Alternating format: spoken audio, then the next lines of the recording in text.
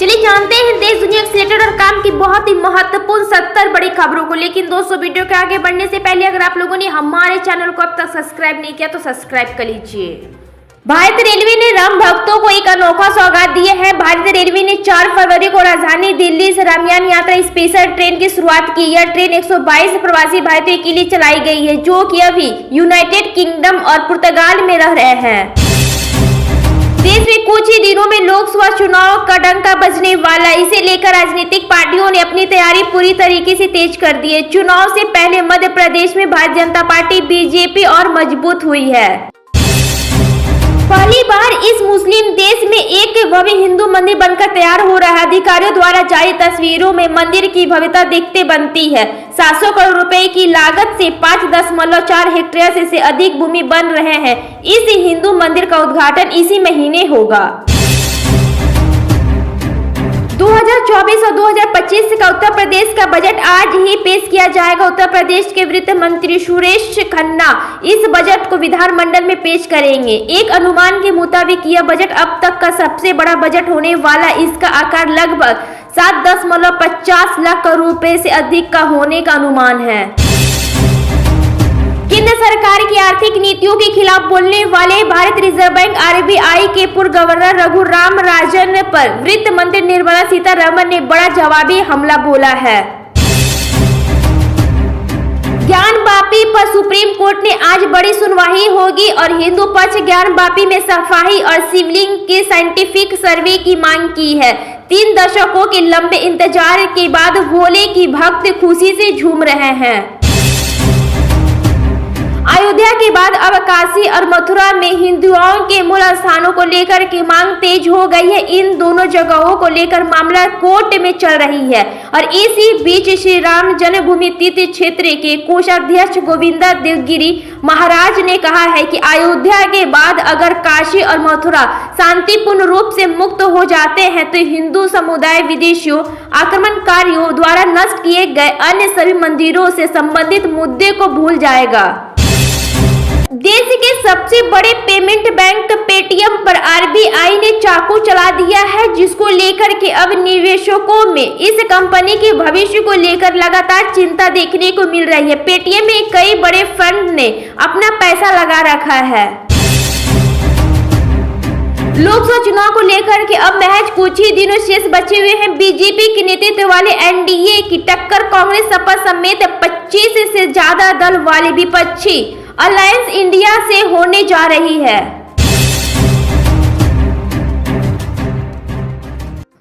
तंबाकू और गुटखा प्रोडक्ट्स वाली कंपनियों पर 1 अप्रैल से भारी जुर्माना लग सकता है। जीएसटी काउंसिल की तरफ से आज नई एडवाइस जारी की गई है, जिसमें इस बारे में सूचना दी गई है। फ्रांस के राष्ट्रपति भारत की अपनी हालिया यात्रा से इतने प्रभावित हुए हैं कि उन्होंने वापसी पर एक वीडियो शेयर कर अपने अनुभवों को लेकर के साथ साझा किया। दिल्ली के मुख्यमंत्री अरविंद केजरीवाल के क्राइम ब्रांच के द्वारा नया नोटिस जारी किया गया है। रविवार को एक क्राइम ब्रांच ने सीएम केजरीवाल को यह नया नोटिस जारी करते हुए कहा है कि बीजेपी पर जो उन्होंने विधायकों की खरीद फरोख्त का आरोप लगाया है उसके सबूत वो सोमवार को दिखाए। पाकिस्तान टीम के पूर्व कप्तान शोएब मालिक ने अपनी पत्नी और भारतीय टेनिस खिलाड़ी सानिया मिर्जा को तलाक देकर तीसरी शादी कर ली है। उन्होंने पाकिस्तान मॉडल सना जावेद से शादी करी है। बिहार के डिप्टी सीएम सम्राट चौधरी और विजय कुमार सिन्हा अभी दिल्ली में हैं। उन्होंने केंद्रीय गृह मंत्री अमित शाह से मुलाकात की है। उत्तर प्रदेश में समाजवादी पार्टी और कांग्रेस के बीच लोकसभा चुनाव के लिए सीटों के बंटवारे पर पेच फंसा हुआ है। यूपी में गठबंधन का तीसरा साथी राष्ट्रीय लोक दल यानी आरएलडी भी इस घटनाक्रम से परेशान दिख रहा है। कांग्रेस नेता आचार्य प्रमोद कृष्णम रविवार को अचानक रक्षा मंत्री राजनाथ सिंह से मुलाकात करने उनके आवास पहुंचे। पार्टी के खिलाफ बागी तेवर रखने वाले कांग्रेस नेता प्रमोद कृष्णम राजनाथ सिंह के दिल्ली आवास पर पहुंचे। भाजपा, बीजेपी और उनके सहयोगी दलों ने बिहार की जनता के साथ विश्वासघात किया है। बिहार की जनता एनडीए को माफ नहीं करेगी। लोकसभा चुनाव में चंपारण से एनडीए का सुपड़ा साफ होगा। बिहार में नीतीश कुमार से मिले बड़े झटके से इंडिया गठबंधन उभर नहीं पाया है कि महाराष्ट्र में भी एक सियासी टूटे की सुगबुगाहट तेज हो गई है। दरअसल एक रैली को संबोधित करते हुए उद्धव ठाकरे ने बड़ा बयान दिया है। पाकिस्तान में 8 फरवरी को होने वाले आम चुनाव के लिए मरकजी मुस्लिम लीग नाम से एक नई पार्टी चुनाव मैदान में उतरी है, जिसके बारे में माना जा रहा है कि 2008 के मुंबई हमले में मास्टरमाइंड हाफिज सईद की पार्टी है, जो कि प्रतिबंधों से बचने के लिए नए चोले में सामने आई है। पाकिस्तान में जैसे जैसे आम चुनाव नजदीक आ रहे हैं, यहाँ हिंसा घटनाएं बढ़ रही है। अब पाकिस्तान चुनाव आयोग ऑफिस के बाहर विस्फोट हुआ है। बीते 3 दिनों में चुनाव आयोग की ऑफिस पर यह दूसरा बम धमाका है। सुबह 11 बजे वित्त मंत्री सुरेश खन्ना बजट पेश करेंगे। इस बजट में सरकार कई नई घोषणाएं कर सकती है। चुनावी साल होने के चलते ऐसे अनुमान लगाए जा रहे हैं कि इस बजट में प्रदेश की जनता को तोहफा देने की कोशिश होगी। ज्ञानवापी मामले पर सुप्रीम कोर्ट में सुनवाई होगी। अजमत इंतजामिया समिति की अलग अलग लंबित याचिकाओं पर अदालत सुनवाई करेगी। अदालत हिंदू पक्ष की ओर से वजू खाने का सर्वे करने की मांग पर भी विचार कर सकती है। झारखंड मुक्त मोर्चा के नेतृत्व वाले गठबंधन के विधायकों के हैदराबाद से रांची लौटने के साथ ही अब ध्यान झारखंड विधानसभा में आगामी फ्लोर टेस्ट पर केंद्रित है, जो कि आज के दिन सुबह 11 बजे से शुरू होगा। मध्य चिली के धधकते जंगल की आग से मरने वाले की संख्या रविवार को कम से कम 99 लोगों तक पहुंच गई है। राष्ट्रपति गेब्रियल बोरिक ने चेतावनी दी है कि यह संख्या काफी बढ़ गई है, क्योंकि टीमें नष्ट हुए इलाकों की तलाश कर रही है। सार्वजनिक संपत्ति को नुकसान पहुंचाना अब आसान नहीं होगा। ऐसा करने के लिए 10 बार सोचना पड़ेगा। विधि आयोग का कहना है कि सार्वजनिक संपत्ति को नुकसान पहुंचाने वाले लोगों से नुकसान के बराबर धनराशि जमा कराई जाए, उसके बाद उन्हें जमानत दी जाए। बजट सत्र की शुरुआत होने से पहले संसद परिषद में प्रधानमंत्री नरेंद्र मोदी ने विपक्ष को निशाने पर लेते हुए कहा है कि कुछ सांसद जानबूझकर सदन में हुड़दंग और लोकतंत्र का चीरहरण करते हैं।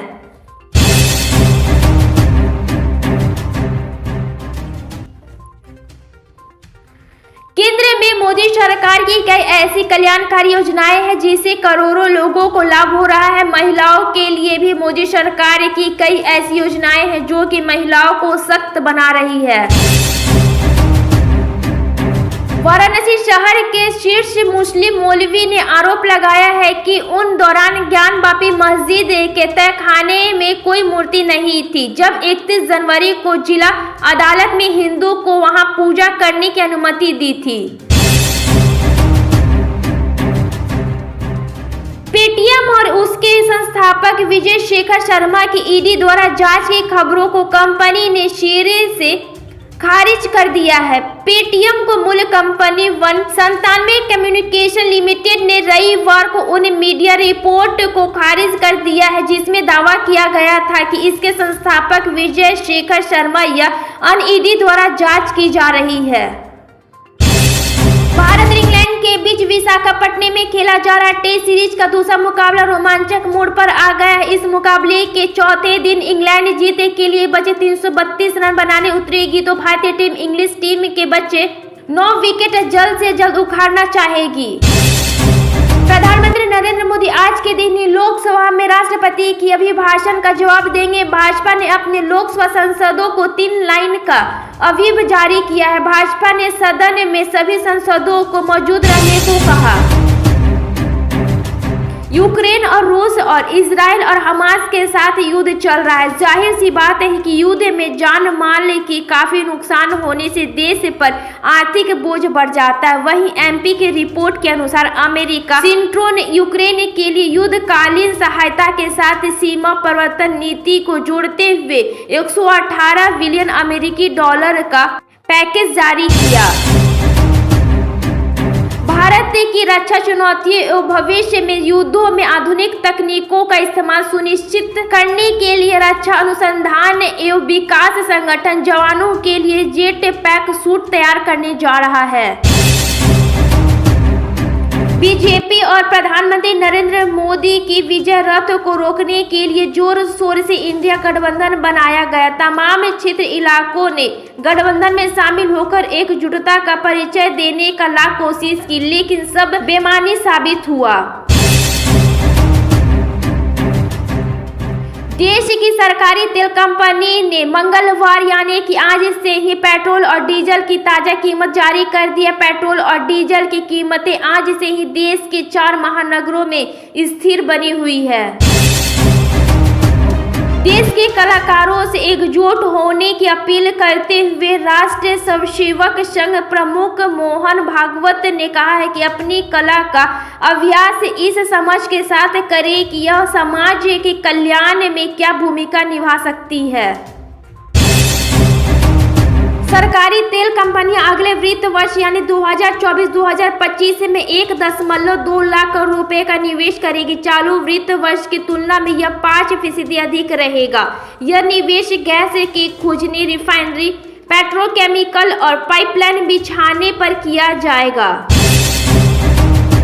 सुप्रीम कोर्ट सोमवार को आम आदमी पार्टी के परिषद की उस याचिका पर सुनवाई करेगा जिसे पंजाब हरियाणा हाई कोर्ट के उस आदेश को चुनौती दी गई है जिसमें उसके चंडीगढ़ में नए सिरे से मेयर चुनाव की मांग पर कोई भी अंतिम राहत देखने से इनकार कर दिया गया था। केंद्रीय शिक्षा मंत्रालय ने सीबीएसई 10वीं और 12वीं बोर्ड परीक्षा में बदलाव कर दिया है। जानकारी के मुताबिक शैक्षणिक सत्र 2024-2025 से देश भर के शैक्षणिक ढांचे में नए सत्र ने 9वीं और 10वीं विद्यार्थियों को 10 विषय पढ़ने होंगे और प्रत्येक में पास होना अनिवार्य होगा। अंडर 19 क्रिकेट वर्ल्ड कप 2024 में सेमीफाइनल के मुकाबले मंगलवार को यानी कि आज के दिन ही खेले जाएंगे। भारत, पाकिस्तान, ऑस्ट्रेलिया और साउथ अफ्रीका की टीमों को अंतिम 4 का टिकट मिला है। कांग्रेस सांसद शशि थरूर ने रविवार को केंद्र की भारतीय जनता पार्टी भाजपा सरकार का तीखा हमला बोला। उन्होंने पार्टी पर राजनीतिक विरोधियों को निशाने बनाने के लिए केंद्र एजेंसियों का दुरुपयोग करने का आरोप लगाया। दिल्ली में आज के दिन हल्की बारिश से अधिकतम तापमान में कमी देखने को मिली जबकि न्यूनतम तापमान में 4 डिग्री सेल्सियस की बढ़ोतरी दर्ज की गई है। मौसम विभाग के अनुसार बुधवार को बादल छाए रहेंगे लेकिन बारिश की संभावना बहुत कम है। राजस्थान के पूर्व मुख्यमंत्री ने लोकसभा चुनाव के लिए बुलाई गई बीजेपी कोर ग्रुप कमेटी की बैठक में शामिल होकर अपने सियासी विरोधियों को चौंका दिया है। अब तक बीजेपी की बैठक से दूरी बनाई हुई थी। केंद्रीय मंत्री अमित शाह ने रविवार को कहा कि अपराध और अपराधी भौगोलिक सीमाओं का सम्मान नहीं करते, इसलिए विभिन्न कानून प्रवक्ता और एजेंसियों को किसी भी सीमा को बांधा न मानकर अपराधी मामलों को सुनवाई के लिए इन सीमाओं को अहम बिंदु के रूप में देखना चाहिए। पाकिस्तान में 8 फरवरी को चुनाव होने वाला है। रिपोर्ट के अनुसार पूर्व प्रधानमंत्री नवाज शरीफ की पीएमएल को बहुमत मिलने की संभावना है। यह राष्ट्रीय चुनावों में सबसे बड़ी पार्टी बनकर उभरेगी। उत्तराखंड विधानसभा सत्र आज से शुरू होगा। इसके लिए विधानसभा सचिवालय ने सभी तैयारी पूरी कर ली है। प्रदेश सरकार की ओर से सदन पटल पर समान नागरिक संहिता समेत अन्य विधेयक पेश किए जाएंगे।